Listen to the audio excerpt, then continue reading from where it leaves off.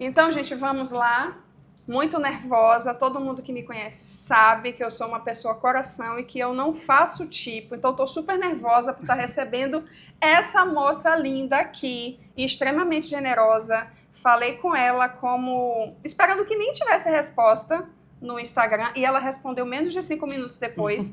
Eu ainda fiquei olhando, pisquei para ver, não, será que ela mesmo deve ser a equipe de marketing? Mas aí ela passou o número do WhatsApp, eu falei, meu Deus, presente de Natal para as candocas agora, nesse final de ano. Quero agradecer Giana Matias. Eu sei que todo mundo, assim como eu, tomava café da manhã com ela.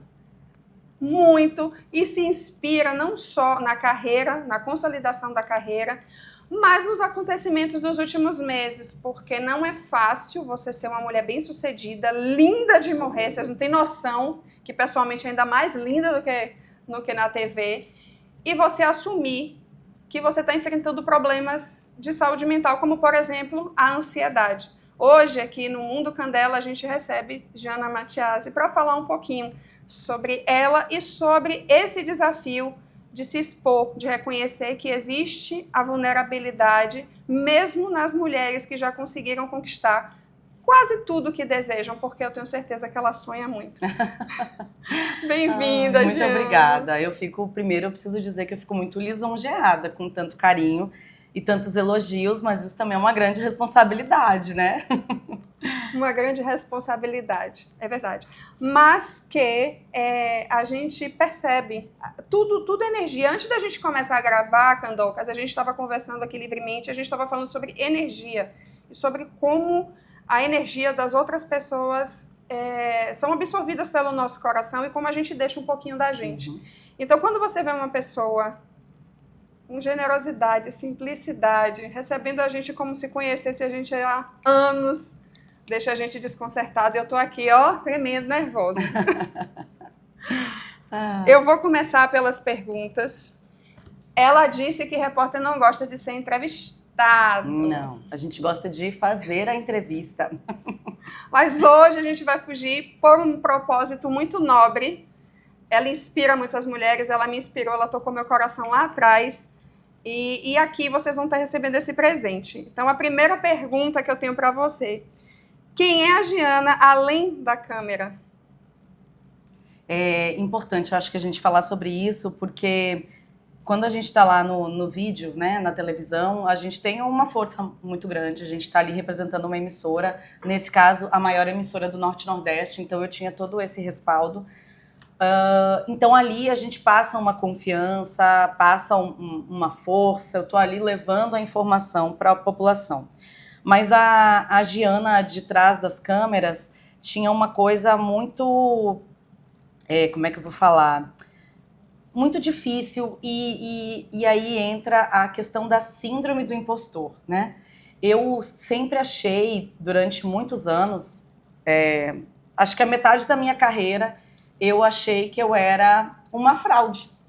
Eu achava que eu era um erro de contratação. Eu achava que a qualquer momento alguém ia chegar para mim e dizer: você é péssima, você não tem qualidade, como é que você está aqui? E isso fazia com que eu me encolhesse muito. Então, os primeiros anos na TV Bahia foram anos que eu não rendi o que eu poderia render. Eu não conseguia me mostrar o suficiente, porque eu não me achava qualificada.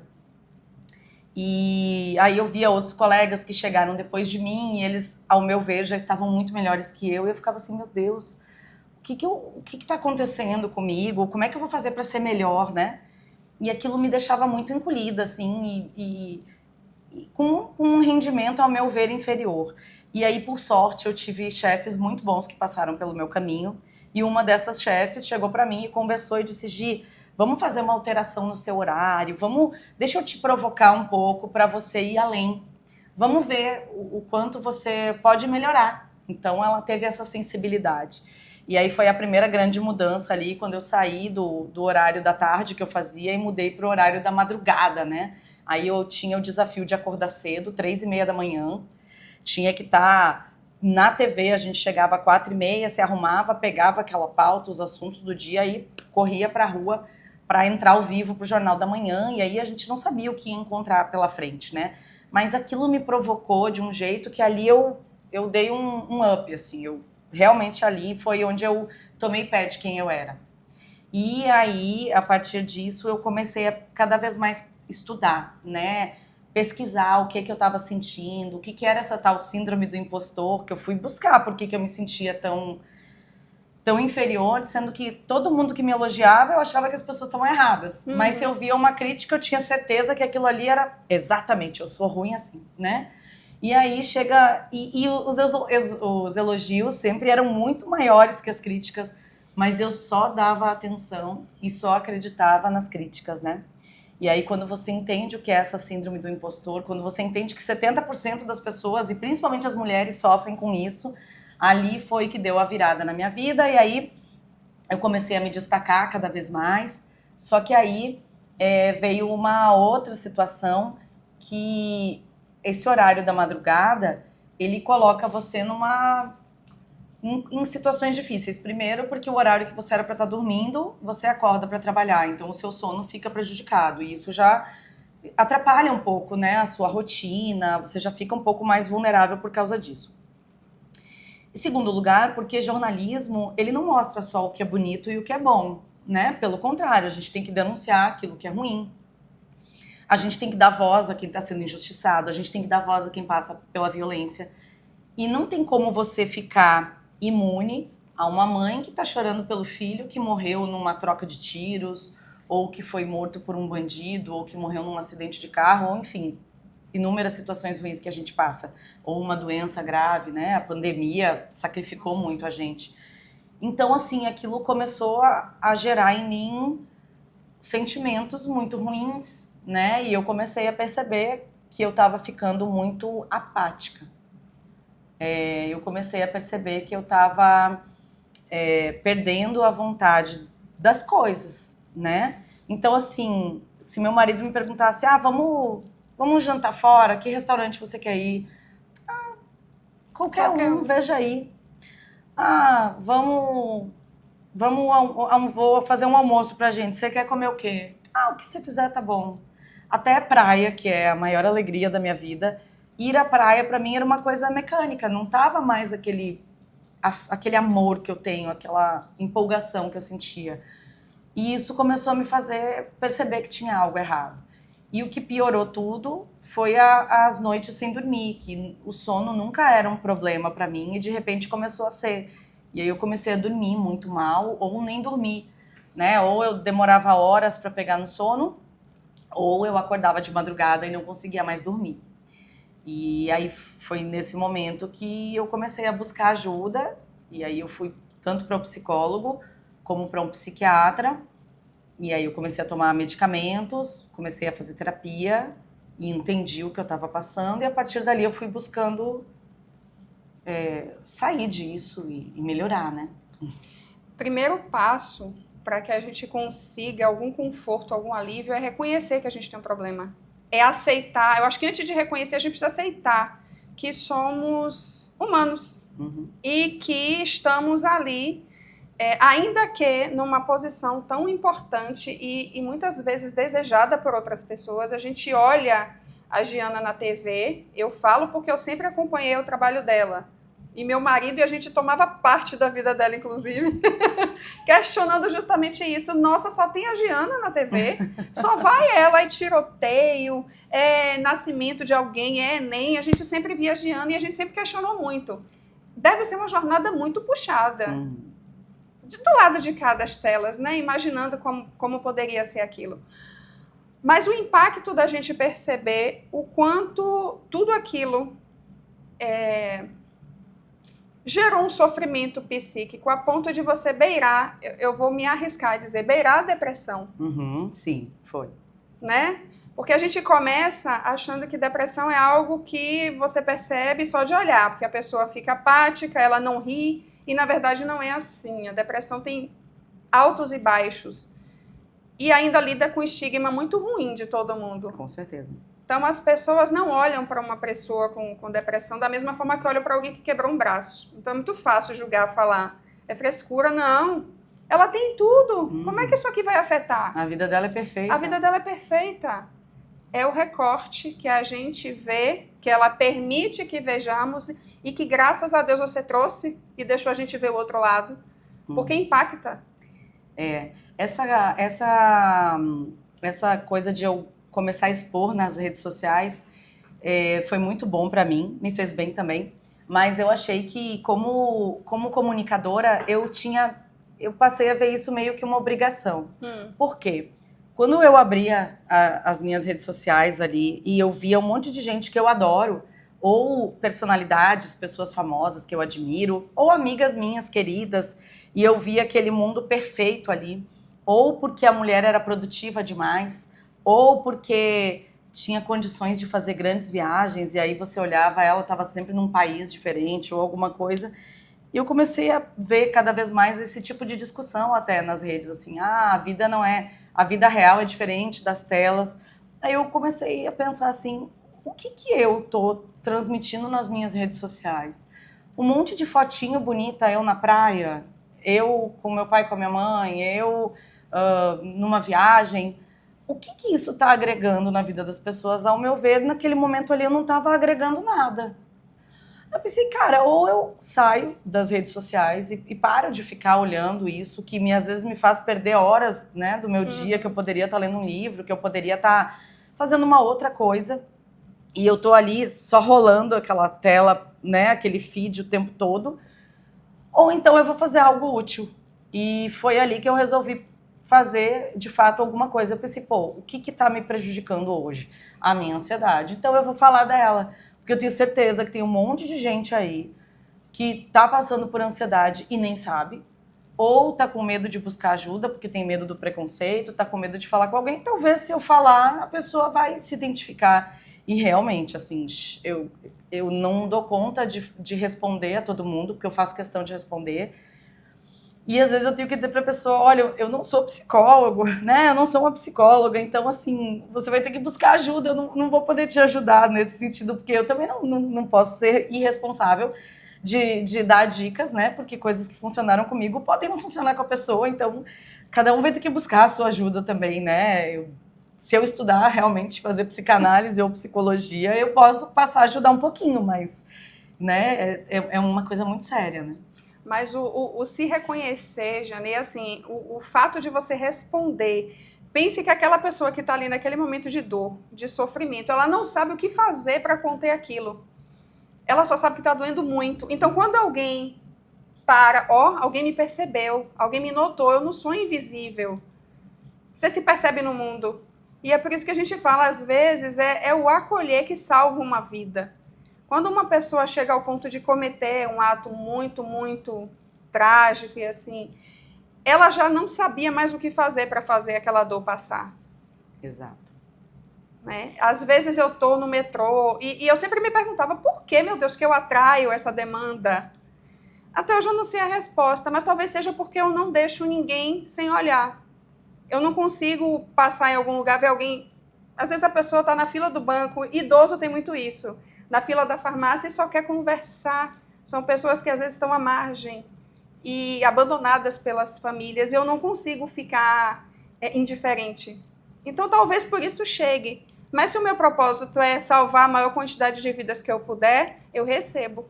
Então essa sua disposição de responder traz esse propósito e esse sentido que talvez você algumas vezes tenha se perguntado. Falar de ansiedade não foi aleatório, não chamou o seu coração e assim, você sabia o peso que teria, porque não é fácil a gente reconhecer, principalmente quando a pessoa é pública.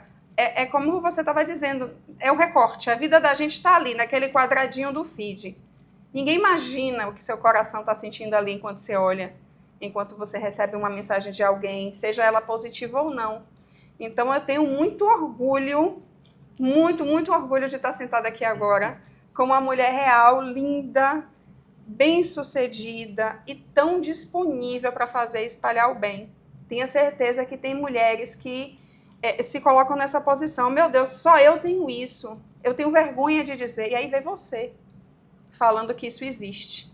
E que não só isso existe, mas que isso pode ser superado.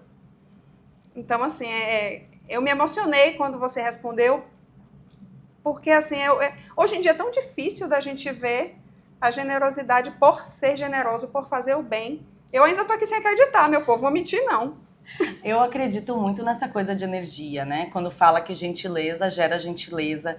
Eu acho que se as pessoas buscassem sempre pensar algo bom ao invés de pensar o ruim, as coisas seriam melhores, né? Às vezes, sei lá, você passa na rua e olhou pro lado e a pessoa não olhou. Ai, que metida, ou ai, que não sei o quê. Será que aquela pessoa não estava só distraída? Eu prefiro não achar que é uma coisa ruim, eu prefiro achar que é uma coisa boa, ou não foi por mal. Eu acho, não é ser ingênuo, mas é tentar não olhar as coisas tão negativas o tempo todo mundo é muito reativo de uma forma negativa. E isso vai gerando sempre um ponto de estresse, uma coisa, sabe? Isso me incomoda muito, porque eu acho que a gente é uma questão de escolha. Você pode começar a olhar as coisas diferentes e tentar tirar o lado bom, ao invés de ficar só focado no que é ruim, sabe? Sempre vai ter uma coisa boa e você pode tentar pensar que as pessoas são boas, ninguém é ruim o tempo todo e nem bom o tempo todo. Assim como você está falando que me adora, provavelmente algumas pessoas que cruzaram o meu caminho não gostaram de mim por algum motivo que eu nem sei. E elas não vieram falar comigo para desfazer esse mal-entendido, talvez, né? Então... Exatamente, até porque aquilo que a gente não gosta no outro, doutora Silvia, a gente aprende direitinho. Aquilo que a gente não gosta no outro, aquilo que causa desconforto, tem a ver com algo em nós que a gente ainda não tem recurso emocional para lidar. Né? E é inevitável, só que com o tempo você vai amadurecendo, você vai desenvolvendo essa capacidade de elaboração psíquica, aí você entende. E às vezes se envergonha por ter julgado. Sem contar que às vezes eu só tô num dia ruim, gente. Eu saí de casa, tava de TPM, não dormi bem. Sono, a privação de sono já foi método de tortura. Não é por acaso que a gente precisa dormir e ter um sono de qualidade. Então, tanta coisa pode acontecer. Mas por que que eu, quando sou desprezada por fulano que passou por mim, não falou, não deu atenção, senti aquela dor? Aquela criança que a mãe e o pai às vezes não deram a atenção devida, ou a mente dela sentiu que aquilo era rejeição. Vocês entendem que vai muito, muito, muito para trás, tem a ver com o momento da nossa vida que a gente está formando não só a nossa personalidade, mas os nossos conjuntos de valores e o nosso senso de percepção enquanto indivíduo no mundo. Então é muito complexo. A gente simplesmente despejar, todo mundo tem, né, o nosso lixo emocional aí no mundo, não vai resolver nem a nossa própria dor, e ainda vai machucar outras pessoas. E aí você fala de uma coisa muito bacana, que é essa coisa do se conhecer, né? Você vai se conhecendo, você vai entendendo o que é bom e o que é ruim para você, e isso vai te trazendo a maturidade, e eu acho que isso ainda é muito pouco discutido, sabe? Assim como essa questão da saúde mental, né? Que você me chamou pra gente falar de ansiedade e que eu trouxe isso para as redes. E as pessoas, elas vão entrando, às vezes, me parece, num modo automático, uma coisa meio mecânica, e você não para se entender, para buscar o que você gosta e o que não gosta. Você entra naquele trabalho porque ele tá te dando o dinheiro que você precisa para viver, e você vai levando aquilo. E quando você para se entender e dizer, não, peraí, quem sou eu nesse mundo? Qual é o meu valor? O que eu preciso fazer? Por que eu tô aqui? Qual é o meu propósito? Eu tô gostando do meu trabalho? Ou será que eu gostaria de fazer uma outra coisa? E eu não quero romantizar e dizer que é fácil para qualquer um fazer uma transição de carreira. Não é. Para muita gente. Pô, uma pessoa que recebe um salário mínimo e tem 2 filhos para criar, para ela vai ser muito mais difícil do que para mim fazer uma transição de carreira. Eu não tenho filhos. Então, eu tenho um marido que me dá suporte. Então, se der errado esse meu lado da carreira, eu posso tentar outro. Eu tenho a chance de fazer isso, e isso é claro que me coloca numa posição muito mais fácil.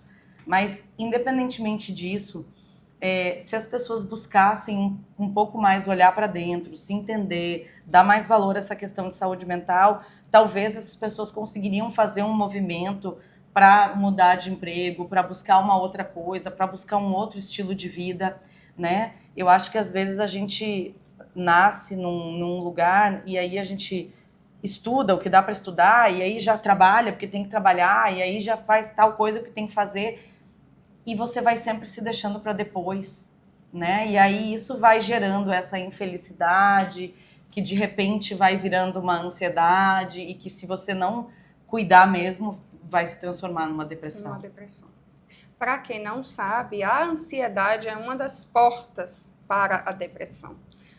A ansiedade ela é tão grave que muitas pessoas têm sensação de morte, de infarto, uma taquicardia muito grande, pânico, medo real, né?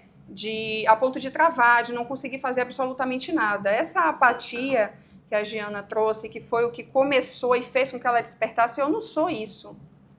Eu sempre fui um outro tipo de pessoa. Percebam como funciona. Presta atenção no que as pessoas falam. O discurso dela traz o quê? Eu amo praia. Ela é uma pessoa solar, ela é uma pessoa que não é da sombra. Naturalmente, ela é do sol. Então, você já começa a ponderar. Não tá legal.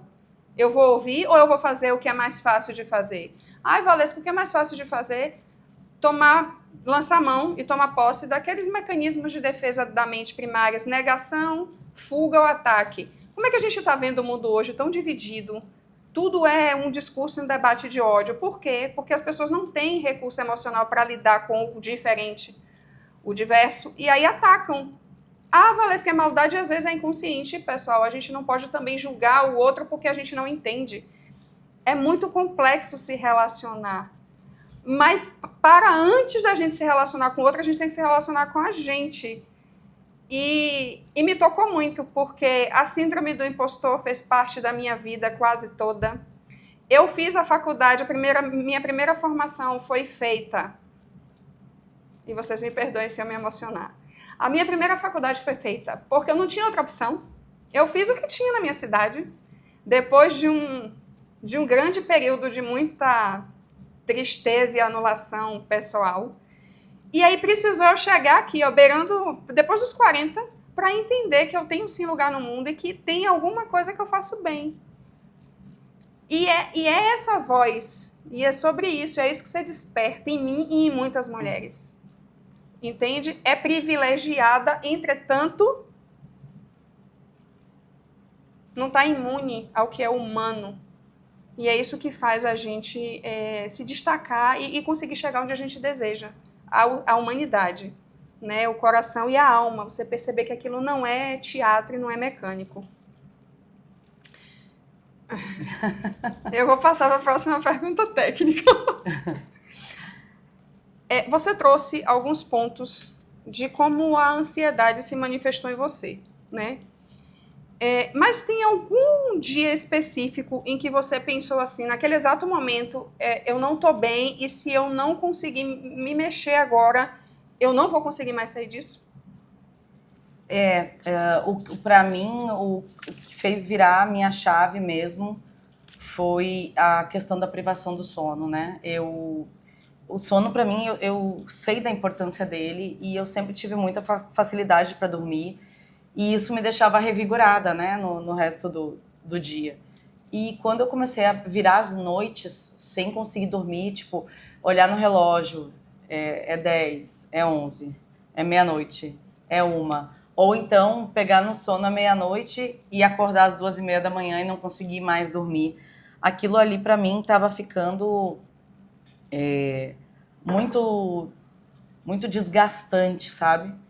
E no ano passado, no fim do ano passado, há 1 ano, quando eu fui bem diagnosticada mesmo com isso, e aí a minha chefe também, ela falou comigo e disse, olha, Giana, você vai agora aproveitar que tem 1 semana de folga de Natal. Na época ela falou, mas eu quero que você folgue 1 semana a mais, eu quero que você fique 15 dias fora, para ver se você se recupera, porque se tornou visível, assim, e ela como uma chefe muito atenta, e minha amiga também. Então aquilo ali foi bem, bem marcante para mim, sabe? Que tava estava difícil, estava insustentável e já estava ficando claro para as pessoas à minha volta, né? Outras pessoas já começaram a perceber, né? Eu imagino, todas as vezes que eu penso nesse ambiente, assim, de muita projeção social, né? Principalmente você que estava todos os dias na minha casa, né? A gente sempre tem e monta aquele perfil, né? De uma mulher sempre firme, sempre pronta, impecável. Você também se sentia e se cobrava isso? Eu me cobro isso. Ainda se cobra? Me cobro. É como se eu não tivesse a chance de errar, né? Sério? Eu me cobro demais. Demais. Eu não quero que ninguém se decepcione comigo, sabe? Não quero deixar uma imagem ruim para as pessoas, não quero deixar uma marca ruim e não quero que as pessoas vejam minha vulnerabilidade. Não quero que ninguém me veja num momento de desconforto, entendeu? Uhum. Não gosto disso. Eu Sim. gosto de, quando eu, pelo menos na frente dos outros, eu tô ótima. No meu quarto eu posso chorar à vontade, com a minha cachorrinha. Entendo. A vulnerabilidade exposta, ela tem um limite. E é um limite que te permite interagir. Eu vou além. A gente geralmente desaba e aparece despida no ambiente em que a gente confia nas pessoas. E esse é um ponto da terapia importante de se dizer. Você não consegue fazer terapia com uma pessoa com a qual você não se conecta. Não adianta. Se não tiver o rapport, se não tiver a conexão, a gente não consegue avançar. Por quê? Como é que você vai permitir desabar com uma pessoa que você não sentiu que está ali para te acolher? A minha próxima pergunta seria justamente essa questão de você se sentir culpada por não estar dando conta ou não estar fazendo tudo certo. Mas o que você trouxe até aqui já respondeu um pouco isso, dessa autocobrança, né? Eu vou arriscar dizer que tem muito conteúdo para você conversar com a sua psicóloga, né? Mas mais para trás mesmo, porque para quem está aqui te olhando e te olhando nos olhos, a gente percebe que tem alma, mas que também tem angústia. Tem felicidade, mas tem a dor.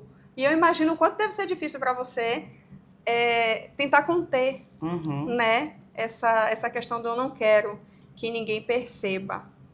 Tá tudo bem.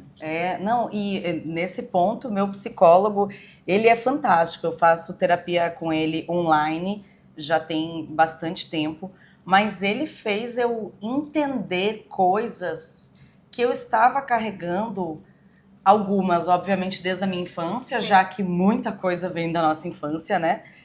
Outras que eu era mais adolescente, enfim.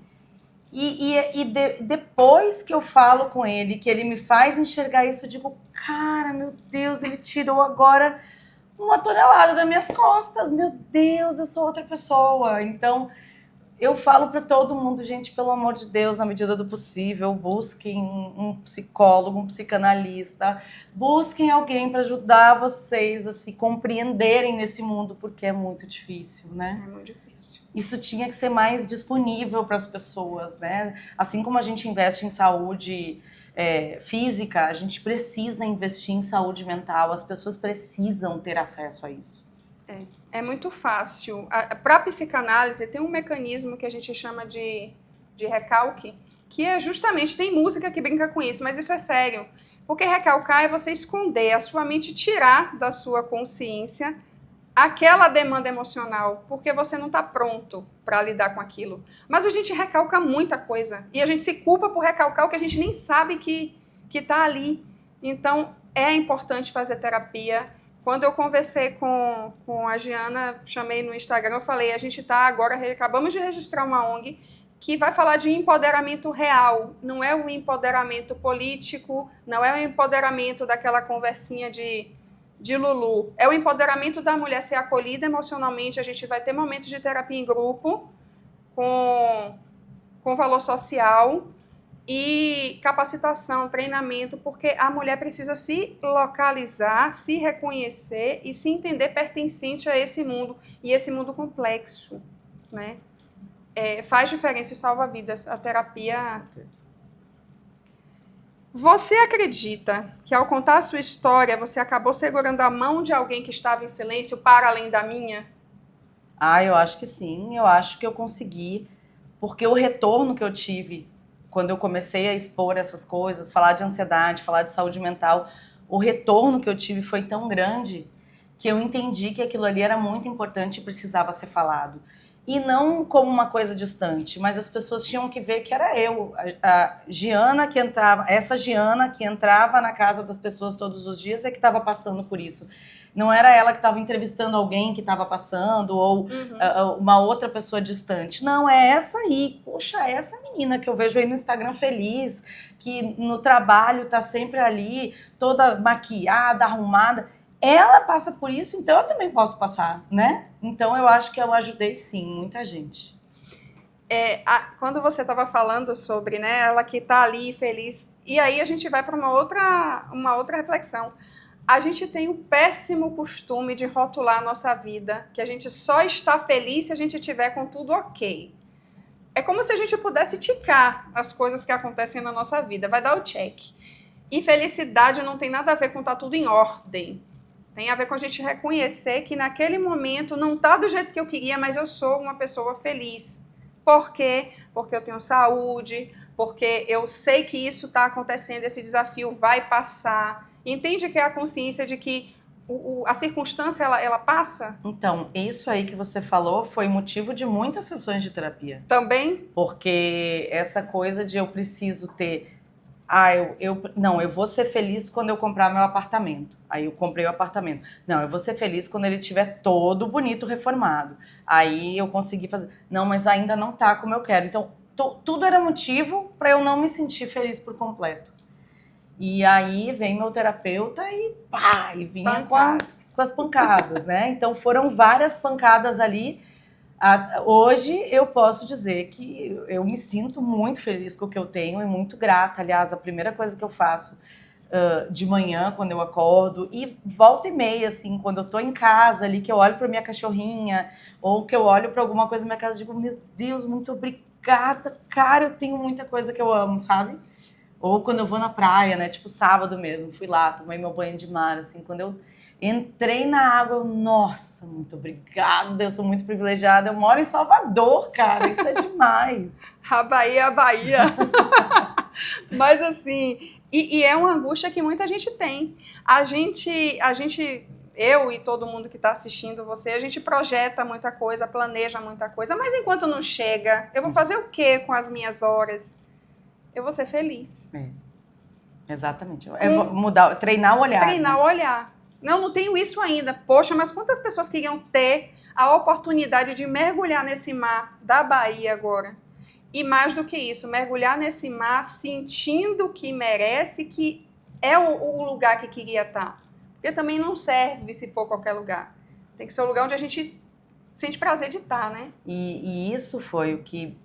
quando eu estava nos meus momentos de ansiedade, eu me sentia culpada por não estar sendo grata. Tipo, eu me culpava, assim, de dizer, meu Deus, Diana, você tem um emprego que te dá condições de ter uma vida boa, você tem uma casa boa para morar. Então, assim, quando você tá dormindo, você não tá preocupado que se chover vai ter uma goteira que vai entrar água na sua casa, ou que se a rua alagar vai entrar água na sua casa, ou você pode escolher o que você vai comer, você não come só o que tem ali, o que tem hoje à disposição. E eu me sentia muito culpada por isso. E aí, quando eu rezava, enfim, fazia minhas orações e tal, eu pedia desculpa, que eu não queria ser interpretada como uma pessoa ingrata. E isso me gerava mais ansiedade ainda, sabe?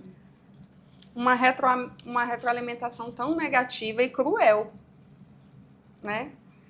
E assim, se a gente parar para analisar, todas as vezes que eu tenho um pensamento desse tipo, que sabota o meu momento, de quem é essa voz? Essa voz a gente ouviu em algum momento da nossa vida, condicionando, né, a gente, ensinando alguma coisa, mas colocando na gente justamente essa questão de como é a gratidão para com o sobrenatural, para com Deus. Será mesmo que Deus espera da gente esse tipo de punição diária? Eu particularmente não acredito. Mas eu fico feliz que você tenha entendido que não tem nada a ver com quem você é, não tem nada a ver com o que você pratica, é só a dor falando. E a dor, quando fala, ela só vai pegar o lado cruel. De verdade. Eu fiz algumas perguntas, pessoal, mas o papo saiu do jeito que a gente gosta. Bem informal, então muita coisa já foi, né?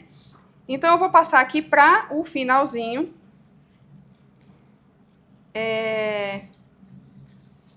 Que é mais uma mensagem para quem está assistindo a Giana Matias. Agora eu estou me sentindo insuportável, vocês vão ter que me aguentar, viu? Se estivesse alguém te assistindo agora que convive com ansiedade, mas que ainda acha que isso é fraqueza, o que você diria? Eu digo o que eu fiz, né? Busque ajuda. Eu sei que para muita gente terapia é algo que parece distante, porque tem um custo, né? Você não encontra facilmente no Sistema Único de Saúde, né, de graça, mas que você entenda que aquilo que você está passando é difícil e que você não vai sair assim tão facilmente, mas que você pode buscar meios. O que, por exemplo? Tentar separar um momento do dia para fazer algo que te dê prazer de verdade. Então, que seja ler um livro, que seja molhar suas plantas, que seja dar uma caminhada no seu bairro, mas buscar alguma coisa para você, que seja seu, e não obrigações do dia a dia. Cada vez que se sentir culpada, tentar fazer essa reflexão para se libertar dessa culpa, né? Que eu acho que são coisas que vão ajudar, né? Buscar esse autoconhecimento, eu acho que é por aí o caminho. Tomar um banho de mar na Sim, Bahia. Sempre. Colocar o pé na grama, o pé na areia. A gente deixa de prestar atenção nas coisas simples da vida, porque a gente acha que o hype é tomar um café na Torre Eiffel. Coloca o pé no chão, coloca o pé na grama, senta com a cachorrinha, que a gente tem contato com algo que vai além, né, do que o dinheiro compra. E às vezes o que falta pra gente é isso. É isso. Se conectar com aquilo que não tem preço, mas que tem valor, né? Muito valor, exatamente. Para fechar, eu pensei se eu ia te fazer essa pergunta, mas eu acho que vai ficar importante. Quando você olha para a Giana de antes e a de agora, o que você aprendeu sobre si mesma que ninguém ensinou? Eu aprendi tanta coisa. Ninguém me ensinou, mas muita gente me mostrou o caminho, né? Então eu graças a Deus, tenho pessoas maravilhosas na minha vida e que foram muito importantes para construir a Giana de hoje, né? Então eu aprendi que essa síndrome do impostor não serve para nada e cada vez que ela chega na nossa cabeça a gente tem que afastar ela para longe. Eu acho que hoje em dia a gente lida com tantas coisas, o mundo de hoje é tão difícil que a gente tem que se orgulhar de quem a gente é, porque a gente é muito forte, a gente é muito poderosa, né? A gente faz e acontece nesse mundo de hoje, né? Então, é acreditar em si mesmo, é colocar o peito para fora e dizer: eu sou Giana Matiasi, né? Eu sou a Valesca Rezende, né? Então, assim, é ter orgulho e certeza de quem você é e não deixar que ninguém te coloque para baixo. Ai, gente, amei. E ser feliz. Ser feliz. Porque as circunstâncias, sejam boas ou ruins, elas passam pela vida da gente. Tem uma frase que eu acho que é importante a gente trazer. Eu realizei um sonho recentemente de ir para a Europa e conhecer um lugar especificamente. E quando eu olhei para o teto daquele lugar, era muito fácil a gente se deslumbrar com aquilo que parece muito distante quando a gente realiza, né? E a única coisa que vinha na minha cabeça era isso. Chico Xavier falou: isso também vai passar. O que é bom passa, o que é ruim passa. A gente precisa ter consciência de que a gente pode aproveitar os momentos, que são todos passageiros, sem se perder de nós. Perfeito. Muito obrigada, Giana, por estar aqui com a gente. Eu estou muito feliz, gente, muito insuportável, estou me achando. Não vou mentir. E essa, Giana Matiasi, para o Mundo Candela, de presente de Natal para vocês, candocas. Que lindo. Um beijo.